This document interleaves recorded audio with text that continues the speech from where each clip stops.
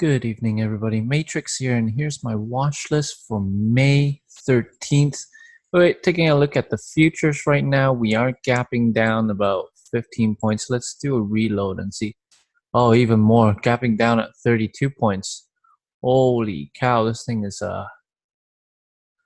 well, gapping down 32 points. That equates to about $3.20 on the SPY. Let's take a look at the SPY real quick and see what causes this breakdown here. Originally, when I was looking at it, it was at 15 points, but now things have changed. Another $1.50, so we are at 285 right now. Okay, up and around 285 right here. So we are hitting the opening price of the previous day. Let's bring it down to 285. And where this is actually major support on the SPY on the daily chart right here, as you can see. So it really depends. Really depends. I think if it continues to gap down even more, we could get a test of the lows of Friday, which is what, 282.30. And taking a look at that right now, I think it's definitely probable. Okay. And I do like that at the open to just pull and bring it down to this level here and see if it bounces. If it doesn't, then we are going to test the low. So this level, let's check the level real quick here. Let's line this up. Might as well delete it. Okay, so let's take a look at this level here. It's 283. We will say around the 283.50 area. So this is your first support area, and then if that snaps, we could get it as low as 282.5. Okay, so map that off. Okay, if we are gonna pop back up, the target on the highs on the upside, though, it would be around the 286 area. Okay, and let's take a look. And if it breaks 286, then we could get 286.5 all the way up to 287. Okay, so that's the plan on the SPY. It's going to be really volatile. The reason why it's gapping down so much, it's because basically Trump came out with more tweets about China and the tariffs and everything. So I do like it to come down more and basically see if it bounces here. If it doesn't bounce, then, well, to see it snap even more would be a little much, but it's definitely probable, right? If I scroll back here on the daily chart, I mean, when we had this big, massive day, it literally came down how many points? From the highs of 78, so 79, okay, to 69, to 70. So it dropped 9 points on the day. On a super massive day, though. So we don't know if that's going to happen. However, the SPY, definitely interesting and definitely a ranger for tomorrow. Could use it as a trading vehicle and expect a nice trend. If it tests this 286 and reject, go ahead and take it. I would definitely say, and just bring it down. Yeah, that's the SPY. Okay, let's get into the watch list. First up, we have MOMO. You know what? Let's do Uber first. Uber's going to be on my main watch list tomorrow. I traded this on Friday on its IPO day. To be quite honest, after looking at it in review, as much as I stuck to my plan and I was green on it, I think I definitely have I definitely could have traded better, to be quite honest. Mainly because I kind of got in a little bit too early without waiting for the chart to really settle in. And it's from here at noon where we actually see the chart start to develop. I did get long, but it took me quite a few tries to get it right, and those few tries cost me some money in a sense. Like I literally started trading it on the first minute already, and from here, um, when it snapped 42, my confidence did waver a little bit because initially my bias was a long bias. So when it snapped 42, and during my plan on the Uber IPO, I did say if it trades under 44, it's a short, right? So from here, when it snapped, I kind of wavered and I chased it short. And then it came down and bounced up really fast on me and it reversed. So I reversed again, knowing that I was taking this short out of uncontrollable emotions. So I took it off, stepped back, waited, and then eventually I did get long once the stock reclaimed the VWAP, and I rode it all the way back up to the highs to make all my losses back from the open and gain some. At the end of the day, if I'm looking on the Uber chart right now, you can tell it's basically a failed IPO from here where it snapped. It wasn't able to break out on the highs here, and it's a failed IPO. 44 played a very key role as it held some sort of a support, and then eventually it snaps, right? 44 is a low range of the IPO where they expected it to open, and at the end of the day, it did open even lower. And now that it opened under the IPO range, this is now very, very key resistance. However, as you can see, I marked off some notes here. I mean, we have the open here, the blue line at 42. Okay, we have the low of day here at 41. This yellow line, this is 41.50, so it's the closing price. Okay, the final closing price of after hours. Of course, we have the IPO low range here, and then we have the high of day at 44.85. So these are the areas I marked off, with 44 being a very key level. That's why I use orange. Tomorrow, I'm going to look for more continuation to the downside since it is a failed IPO. Oh, by the way, I did not short this because by the time it got here, I set a hard stop. I had very little shares left, and I went out to lunch. And by the time I came back from lunch, it was already down here under 44, and I didn't want to chase it down. The correct short was in here when it broke down 44, unable to get back up, and then we see the lower highs form. This was the shorting area. However, I did miss it.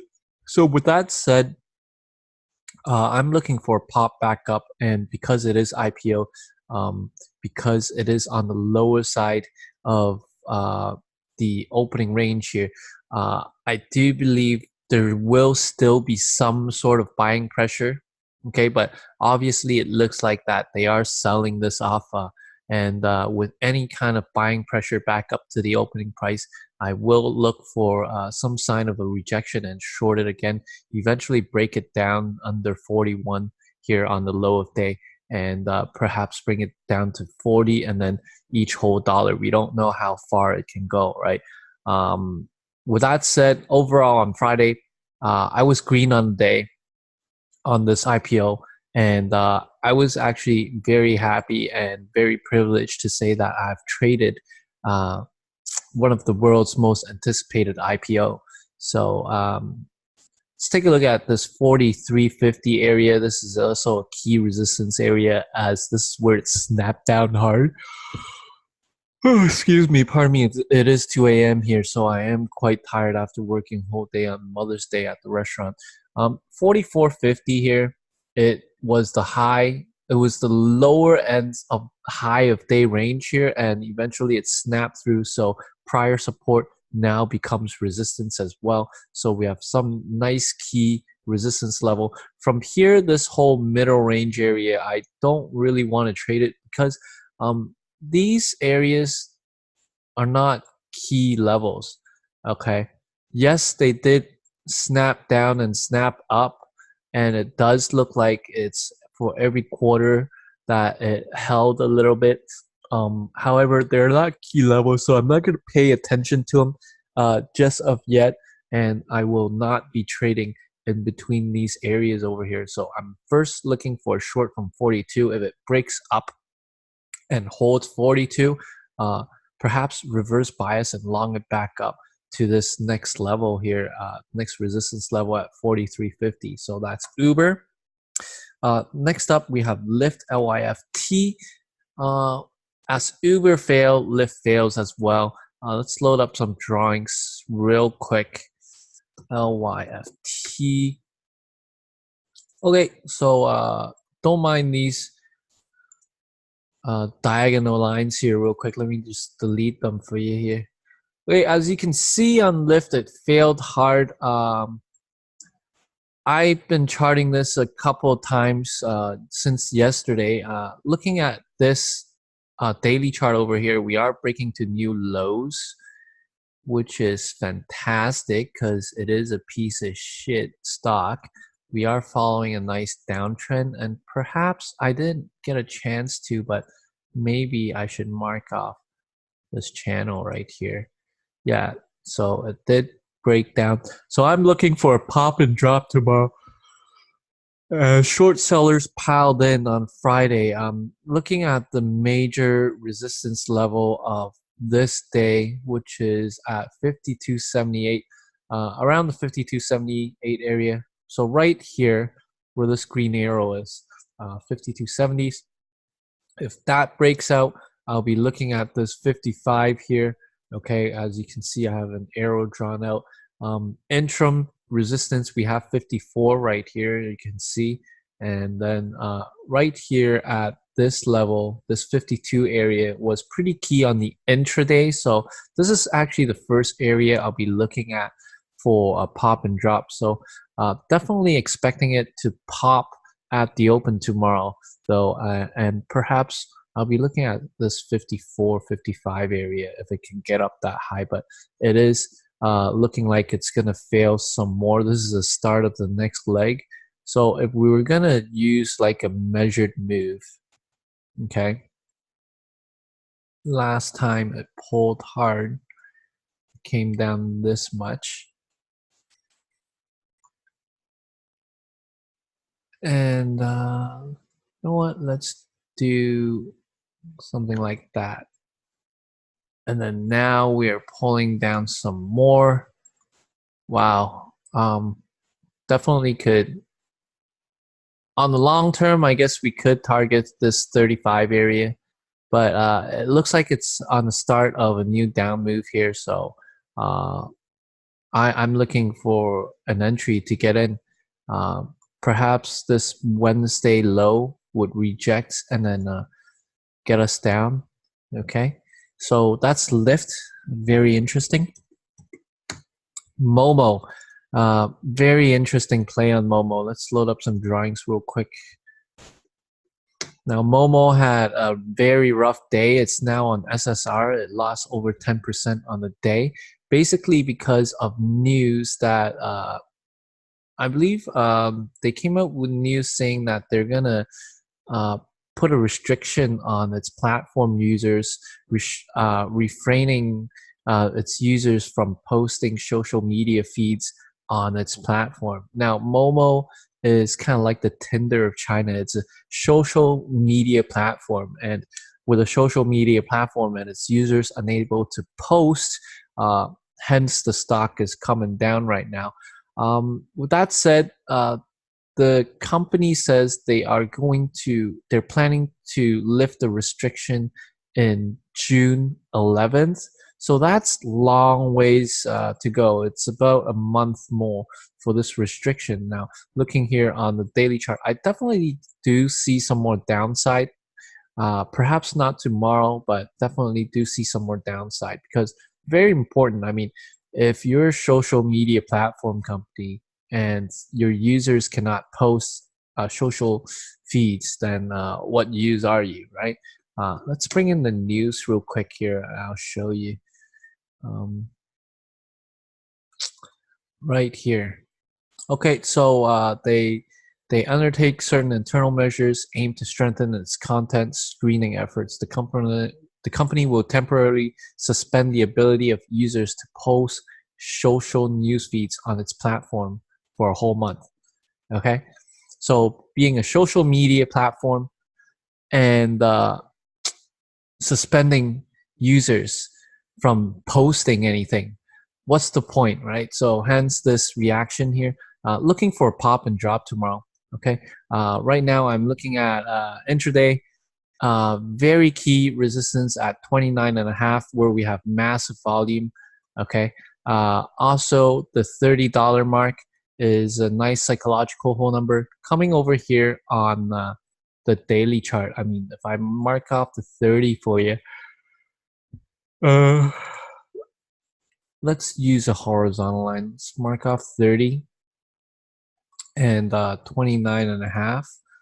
So let's use two different colors, a red and a yellow. 29.5. You'll see that we are in a very significant area here, where we have this little box range of an area. Okay.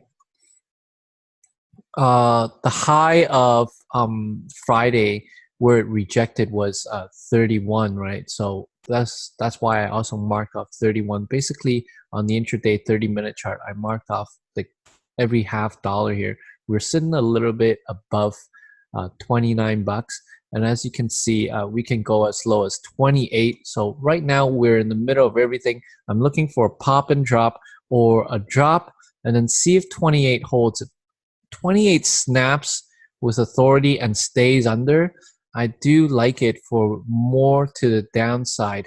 And then we have this whole area to come down to perhaps bring it all the way down to this 2650 area. Okay, and that's my plan on MOMO. Definitely loving that.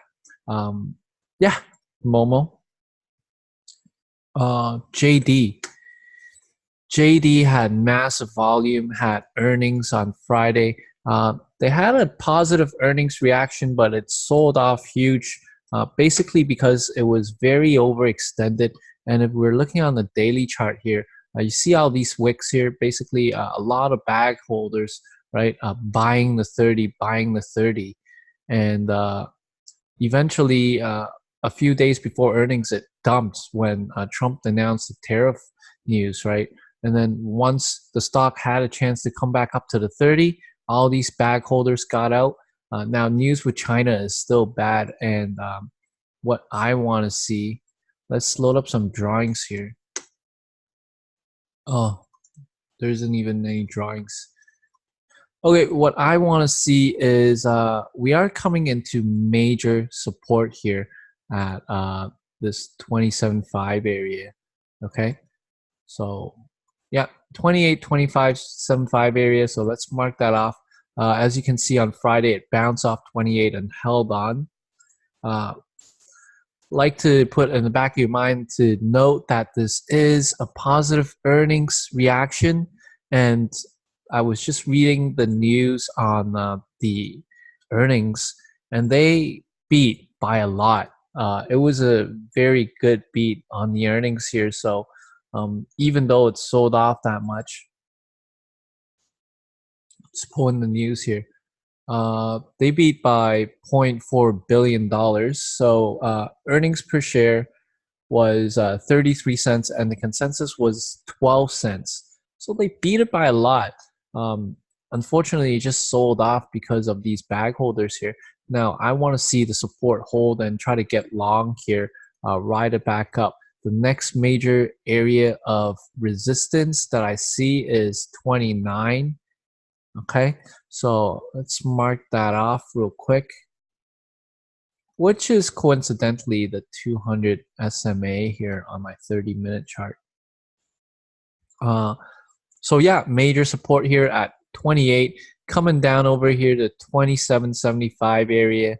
Okay, and the question is, when will I give up this long thesis? Okay, if 27.50 snaps, then I'm gonna throw in the towel and say, okay, fuck it, I'm not gonna long anymore, and I'm gonna wait for a bounce and short. Okay, So 2750, very key. Let's take a look at here.